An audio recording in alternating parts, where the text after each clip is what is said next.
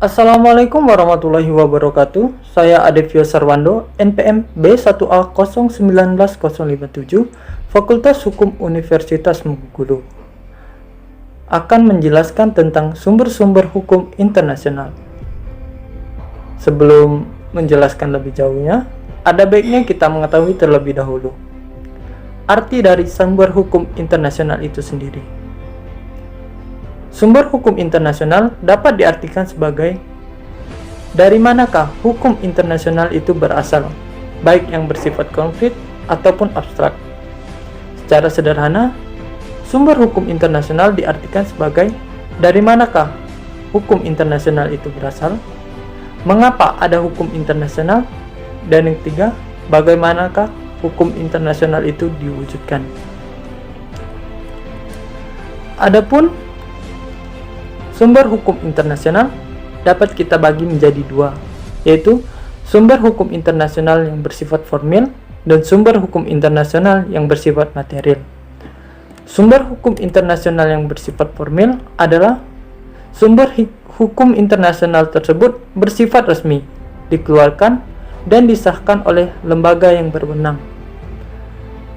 Hal ini dapat kita lihat di dalam Statuta Mahkamah Internasional Pasal 38 ayat 1 dan ayat 2. Adapun sumber hukum internasional formil adalah di manakah sumber hukum internasional itu dilaksanakan secara nyata dan konkret, serta ditaati oleh subjek-subjek hukum internasional. Baiklah, masuk ke bagian selanjutnya, yaitu sumber-sumber hukum internasional.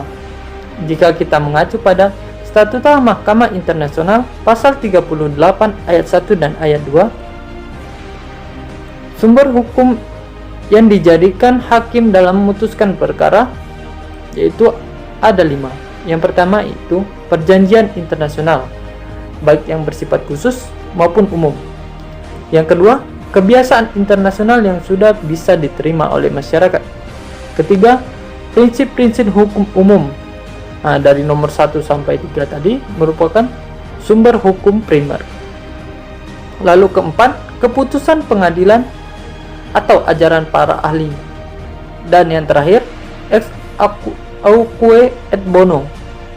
4 dan 5 adalah sumber hukum sekunder. Jadi dalam memutuskan perkaranya, hakim harus melihat sumber yang lebih atas, yaitu perjanjian internasional, baru urut ke bawah, begitu. Baiklah, masuk ke sumber hukum yang pertama, yaitu perjanjian internasional. Perjanjian internasional merupakan sumber hukum yang paling sering digunakan oleh negara-negara pada zaman sekarang ini.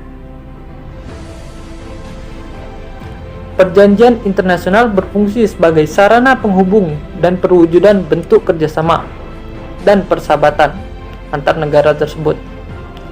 Adapun dasar hukum perjanjian internasional dapat kita lihat pada Konvensi Wina tahun 1969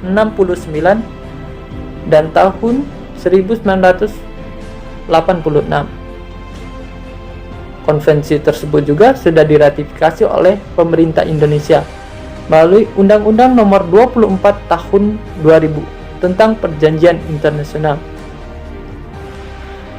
Berdasarkan Konvensi Wina tahun 1969 pasal 2 ayat 1 dikatakan perjanjian internasional jika memenuhi syarat sebagai berikut, yaitu adanya kesepakatan dibuat oleh negara-negara dalam bentuk tertulis dan tunduk pada hukum internasional. Adapun poin pentingnya adalah pada dibuat oleh negara-negara, karena pada Konvensi Wina tahun 1969 ini mengatur tentang hubungan internasional antar negara saja. Adapun hubungan internasional antar negara dan subjek hukum lainnya seperti belligerent ataupun bangsa yang sedang memperjuangkan kemerdekaan itu diatur di dalam Konvensi Wina tahun 1986 pasal 2 ayat 1. Dari pasal tersebut dapat kita kategorikan perjanjian internasional harus memenuhi syarat-syarat sebagai berikut, yaitu adanya kesepakatan tunduk pada hukum internasional, dibuat dalam bentuk tertulis, dan dibuat oleh negara dan organisasi internasional. Adapun jenis-jenis perjanjian internasional yaitu ada dua, yaitu perjanjian bilateral dan multilateral. Di sini saya akan memberikan contoh tentang perjanjian bilateral antara Indonesia dan Malaysia, khususnya di dalam penanganan tenaga kerja Indonesia di Malaysia. Banyak faktor yang melatar belakangi mengapa para TKI memilih Malaysia sebagai negara tujuannya. Yang paling pertama adalah faktor bahasa. Malaysia memiliki bahasa yang hampir mirip dengan Indonesia, sehingga para TKI tidak usah susah lagi dalam mempelajari bahasa negara tersebut. Dan yang kedua, jarak Indonesia dan Malaysia yang cukup dekat. Sesuai dengan pasal 27 ayat 2 Undang-Undang Dasar 1945 yang menyatakan bahwa tiap-tiap warga negara berhak atas pekerjaan dan penghidupan yang layak bagi kemanusiaan. Oleh karena itu, negara dianggap perlu untuk mengurus para TKI di luar negeri ini. Dan perlu kita ketahui bahwa para TKI ini adalah penyumbang devisa terbesar negara. Oleh karena itu, pemerintah harus memberikan soft skill kepada mereka dalam menunjang pekerjaannya, serta didukung oleh dokumen-dokumen yang lengkap, sehingga saat mereka pergi ataupun pulang ke Indonesia, prosedurnya mudah dan tidak ribet.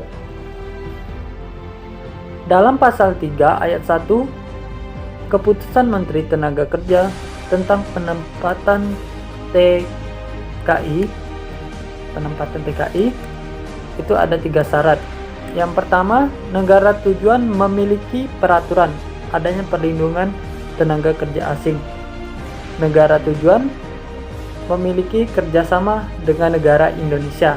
Dan yang ketiga, keadaan di negara tujuan tidak membahayakan para TKI.